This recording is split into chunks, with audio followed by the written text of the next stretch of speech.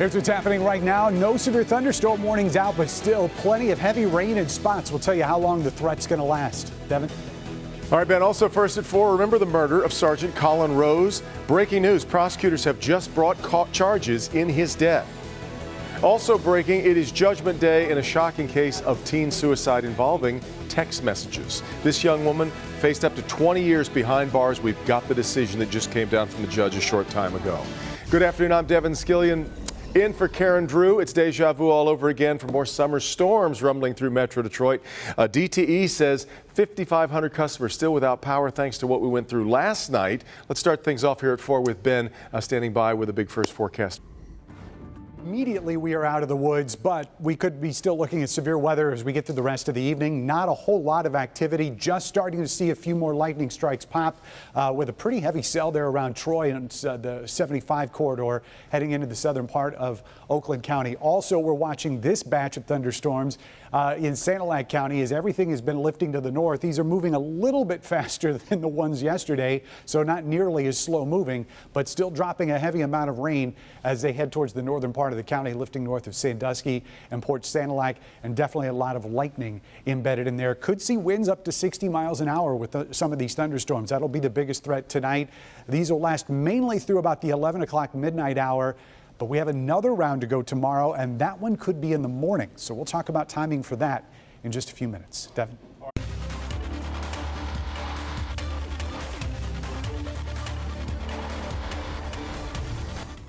All right, Ben, now to breaking news we're following in the murder of a Wayne State police officer. 8 months after Sergeant Colin Rose was shot to death, Wayne County prosecutors filed new charges. Sean Lay live with the story of a long, complicated investigation. Sean. And complicated is the key. Look, Ray Durham, the chief suspect here, just upstairs in court, Devin, minutes ago, officially charged now with the murder of Colin Rose, but at the same time in the same hearing, also found again not competent to stand trial in another big shooting he is linked to, making the Rose case and the other shooting case very long, very complicated. At long last, charges in the Sergeant Colin Rose murder case. The Wayne State officer was gunned down on duty last November. 8 months later, 60-year-old Raymond Durham is charged with shooting and killing Rose. The charges are a relief to Wayne State Police Chief Tony Holt, who agonized with Rose's family over the case. It's a huge weight, because even though I was following the investigation, had an officer assigned, I was getting briefed daily, but you still had the community, the people at the university didn't know. I had countless people come up to me and says, when are they going to find this guy? Durham is the suspect charged with shooting 2 Detroit police officers this past March. He was first ruled not competent to stand trial in that case. A review of Durham's competency is going on right now. At the same time, Durham is being arraigned on the Colin Rose murder charges. And as we speak now, Durham will be sent back to treatment. He'll be reevaluated before the same judge coming up in November. Much more on this case coming up at 5 o'clock, Devin. All right, Sean, we'll talk to you then. Let's get to other news today. Detroit police working to find more information on a suspect in a deadly firebombing on the city's west side. This happened off Cruz, north of Grand River. One woman who managed to get out told investigators someone threw something into the house and then sped off. Firefighters were able to pull a 23-year-old man from the home, but he died on the way to the hospital. Both the suspect in this case and the vehicle involved have yet to be identified. Well, all day we've been gathering new information on the underground explosions in Greektown, which sent manhole covers flying into the air last night. DTE crews still investigating why an underground high-voltage cable failed, which caused those explosions. First blast happened around 9:30 last night. Pedestrians were cleared from the streets. Fishbones Restaurant and the Athenaeum Suite Hotel had to be evacuated. The hotel took the brunt of the damage, blowing doors off the hinges. But even with all of that, fortunately, no one was injured, and the hotel and Fishbones are back in business today. Family, friends, and colleagues gathered by the hundreds today to say goodbye to Kevin Ramsey. Ramsey's the veteran Detroit firefighter who died over the weekend after valiantly battling back-to-back fires. Those in attendance travel from all over Metro Detroit, in fact, all over the country, to honor one of Detroit's finest. Ramsey was a 20-year veteran of the force, a member of Squad 3 on Detroit's east side. He was 50 years old. Well, it was a stunning story. A suspected cancer doctor convicted of, or a respected cancer doctor rather, convicted of poisoning patients to make money. Farid Fata now behind bars. His victims told they'd receive restitution, but now many are receiving denial letters. One woman shared her frustrating story with our Paula Tutman. Richard Sogel would have loved a day like today, but instead his wife of 44 years, Diane, sits alone in the garden of the house she says she should have been sharing with the love of her life.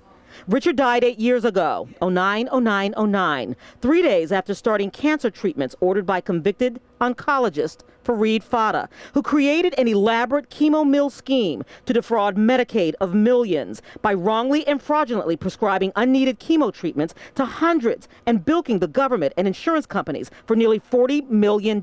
When I saw what that chemo did to my husband every night when he came home, falling on the floor and vomiting and falling against the door where I couldn't get it open, it just makes me sick to my stomach. Like 762 other victims of Farid Fata, surviving spouses, children, and patients, Diane jumped through the hoops she was invited to jump through to apply for restitution for medical, mental, funeral, out-of-pocket expenses from a victims fund created from the nearly $12 million seized from the accounts of Farid Fata and his COO and wife, Samir. For restitution, I had to file all these papers, which they helped me. This is the funeral bill. This is the death certificate. It was a burdensome system for both sides, and a professional claims facilitator, Randy Elise Roth of Complex Settlements in Minnesota, was hired by the Department of Justice to administer the process. Of the total 763 claimants, I'm told by the U.S. Attorney's Office that how much money was requested, how much was paid, and how many of the claims were denied is not public information. But a scroll through the patients and families treated by Dr. Fata Facebook page reveals the list is long from victims' families who are getting big fat denial letters. Diane is now fighting cancer herself, and she is exhausted. And they want more paperwork and they want more proof. And it just goes on and on. And the U.S. Attorney's Office sent us this written statement. The victims' wish to have all restitution requests paid in full is, of course, understandable. The U.S. State's Attorney's Office cannot comment on any individual claim, but there could be many reasons for a denial, such as incomplete records, no records, or other deficiencies. So, Devin, I just had a conversation with the U.S. Attorney's Office, and they are urging these families not to give up. They say it is early in the process. Use that 1-800 number. Call. Find out why your application was denied. They know it's a pain. Fill out the other paperwork, resubmit. The judge is actually going to be talking to the facilitator to get a report on what the claims are in November. After that, if you still don't have relief and you've been denied, the judge will actually hear case by case. They just don't want these families, Devin, to give up yet. Well, they've been through so much, Paula, but they still got a lot of fight ahead, it looks like. What a story. All right, thanks, Paula. Now to breaking news in Massachusetts, where a 20-year-old woman has just been sentenced to jail for urging her teenage boyfriend to commit suicide. Kimberly Gill following the story in the newsroom, and with the conclusion of a case that drew attention from all over the country, all across the world, really. Yeah, it really did, Devin. Good afternoon to you. Michelle Carter was 17 years old when she exchanged text messages with Conrad Roy, encouraging him to kill himself. Her legal team asked a judge today to give her probation, but the judge in the case ruled she had a duty to call for help, and he sentenced her to prison. A guilty finding having entered on the indictment charging you with the involuntary manslaughter of Conrad Roy III now sentences you to 2.5 years in the Bristol County House of Correction. Now, Carter faced up to 20 years in prison after being found guilty of involuntary manslaughter in Roy's 2014 death. However, the prosecution recommended she spend 7 to 12 years behind bars. She was given 2.5 years. It came after Conrad Roy's younger sister and father spoke about the pain his death has caused them. He gave me an amazing 13 years, being my best friend and the best role model any little sister could ask for. Not a day goes by without him being my first thought waking up and my last thought going to bed. How could Michelle Carter behave so viciously and encourage my son to end his life? Where was her humanity? In what world is this behavior okay and acceptable? Now, Carter is only expected to serve 15 months of her sentence and then be released. She will then serve 5 years probation. After she was sentenced, though, her defense team filed a motion to delay her sentence, which the judge then granted. So, Devin, right now the 20-year-old is heading home and not to jail. So the legal fight in this case is certainly not over. Fascinating. Really came in at the low end of the sentencing, especially after what the judge had said during that the conviction. All right, Kim, we'll see you again here at 5 o'clock. Looks like Attorney General Jeff Sessions has a little more job security than he did a few days ago. Sources say John Kelly, the new White House chief of staff, has called Sessions and told the Attorney General he will keep his job. Of course, President Trump recently blasted Sessions on Twitter, but Sessions has a lot of support in Congress and he seems to be safe. But let's give the caveat for now. Still ahead, Oprah Winfrey gets personal about weight loss, self-acceptance, and the numbers she just cannot accept if she starts gaining weight. Her candid comments coming up in just a minute. In good health today, have your kids been drinking water from the garden hose this summer? Why doctors say that's not a good idea. Also some tricks to decrease the risks. But first, flash flood danger. We'll show you how some hikers work together to escape from a suddenly raging river. News from across America next. Judgment coming up all new on Local 4 News at 5 and 6. Detectives are here to solve crimes and a couple of other things. In the case of Clinton Township, you're about to see a surprise for a 75-year-old resident who wanted nothing more than to hit the golf course. All right, Nick, first at 4, we're on top of stories making headlines from across America today. We have heard stories of deadly flash floods sweeping people underwater. The scary situation posted on Instagram turned out very differently thanks to people helping each other. Hikers in Zion National Park in Utah formed a human chain to help each other cross this river as the water was quickly rising to their waists. One witness says some people did start to panic, but they worked to keep each other calm, and in the end, no one was hurt, everyone okay. Look at what happened in this backyard in California south of Fresno. Witnesses say the driver was speeding and lost control while making a sharp turn, and the truck flew into a backyard and right into the pool. Neighbors rushed to help her, but she said she was okay and got out and ran away. Police do suspect alcohol was involved. Neighbors say there were beer cans floating in the pool. As far as we know, police are still looking for the driver today. All right, we bring Ben back in. We saw this weird pattern that we saw develop yesterday. It was really more like springtime weather that we saw. It got a little rocky there for a while. It did. We had a warning earlier today that's expired, but we still have a possibility of seeing it again, unfortunately, as we get right through the drive home. So we'll start out in Oakland County, and you can see the boundaries from the decaying thunderstorms earlier. Those are those little half moon shapes that are sort of racing to the south. So as those move south and the general flow is coming from the north, they just act like skateboard half pipes, and the storms just shoot right up those, and that's what is causing those to form there in Oakland County right now. Not severe, but definitely a downpour right there along 75 near Troy, so we'll be watching that. The storms that are in Sanilac County starting to weaken a bit, but still could be a little bit of hail out here towards Lamont and the western edge of the county. Otherwise, as we look south, there's definitely more to go. We can see a few more storms just off to our west from Hillsdale to Jackson, and there's plenty more. We'll show you in the regional view just in a few minutes. Right now, though, in storm pins, a lot of drivers going to be seeing this on the way home. Pamela sent us this from Independence Township, and good news for Pamela. It looks like it was shot from the passenger seat, so you get the gold star. Good picture and being safe at the same time. 85 out there at Metro, but with the rain has fallen, it's really cooled things off into the low 70s here in parts of our north zone. And there you can see those thunderstorms getting going out here in southwest Michigan, northern Indiana. So we've got a ways to go before we're going to dry out. We'll probably get a little window of drying once we get past about 11 o'clock tonight. That's when things will calm down, at least temporarily. But towards sunrise tomorrow, thunderstorms are going to return as we head into the first part of tomorrow. And then as the cold front really chases this entire air mass out of here, depending on the speed of that cold front, we may see storms pop up midday, but it's going to be on the far east side if that happens. Most of us should be dry past about mid-morning, and we'll look for the humidity to drop in the afternoon, and maybe even get some sunshine in here by this time on Friday. Could be some scattered showers lingering as the backside of that system sort of sweeps through on Friday night, but nothing strong or severe, and we'll be headed towards a pretty nice weekend. 68 tonight, and again, a few strong thunderstorms just in the evening hours. We should be dry for much of the overnight. Highs are going to be all over the board tomorrow, again, with that cold front slicing through. That's going to allow east side locations to at least warm up to the mid-70s in our metro zone. South zone temperatures 72 out here closer to Lake Erie, but where that front crosses early, you're only going to get into the upper 60s in most of Lenawee County. Same goes here in our west zone, 69 in Howell, 73 in both Novi and Canton. And for once, some of our warmest temperatures will probably be in our north zone. 77 here in Rochester Hills and Macomb, as that little pocket of warmth will be one of the last places to see that cold front come through. We will stay in the mid-70s for highs all the way through Sunday. Most of that will be dry with some rain late. Good chance of getting wet Monday. Of course, we'll keep an eye on these storms for the rest of tonight. Devin? Sure will, Ben. We're in the middle of garden hose season, watering the lawn, washing the car, all kinds of things. But should you be drinking from the hose outside?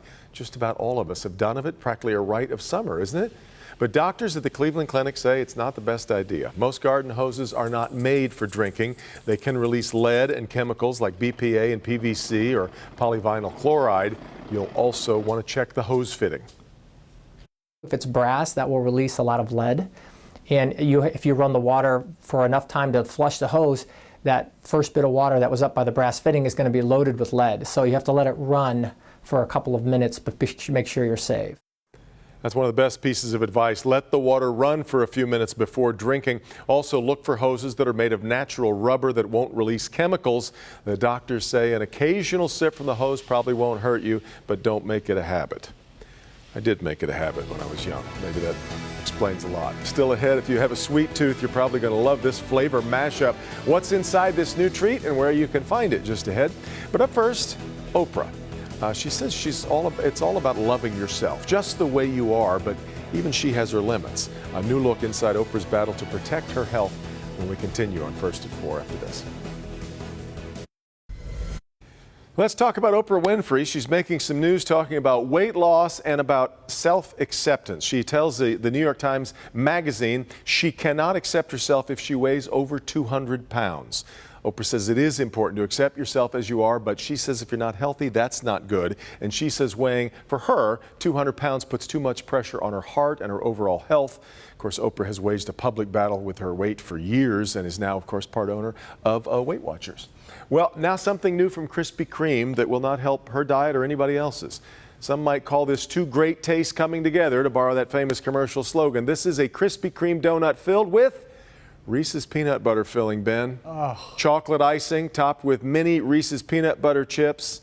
It's got to be too much of a good thing. This is a sinful creation that will be available tomorrow, though they're telling us for a limited time. You in or out on that?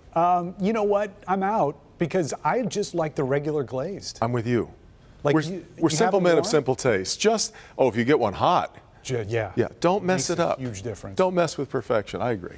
Thousands of people have already voted in this year's Vote for the Best. Time is running out, though, if you want to support your favorite local businesses. Let's take a snapshot look of the race in the category for Best Independent Pizza Place. As you see, Louie's in Hazel Park in first place right now, followed by Freddie the Pizza Man in Melvindale.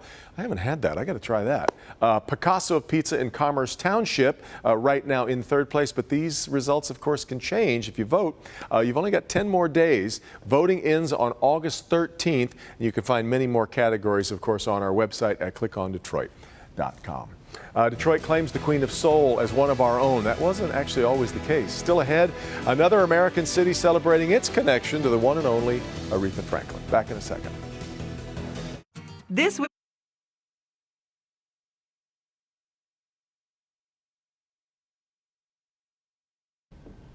No warnings out right now, but we are tracking a pretty intense thunderstorm around Jackson. If you're in Chelsea, Dundee, Sylvan Township, it could be in your neighborhood by about 5:15, so we'll keep an eye on it for the next few minutes. Yeah, coming your way. Finally here on First at 4, of course, Detroit claims the Queen of Soul as our very own, but interestingly, the city of Memphis is also honoring its connection to Aretha Franklin. Sounds blasphemous. The mayor of Memphis unveiled a plaque today honoring the Queen of Soul at 406 Lucy Avenue in Memphis. Ms. Franklin was born at that home in 1942. It's interesting. The last owner of that house said she had heard the rumors but didn't believe them until Aretha Franklin showed up at the house wanting to look around. So now the city is hoping to make it, as you can see, a landmark with that sign. Of course, Aretha moved to Detroit by the time she was 5 years old. She's been ours ever since. I'll give this a thumbs up, though. It seems pretty legit. Yeah, you want to protect that history. No doubt. Yeah, this is better than she stayed here at a hotel once or something like that. A little scurrilous. Thanks so much for being with us on First at 4. We'll be back here in half an hour. We've got Local 4 News at 5 coming up, including the latest on the storm situation with Ben on the radar. Inside Edition coming up next. We'll see you at 5.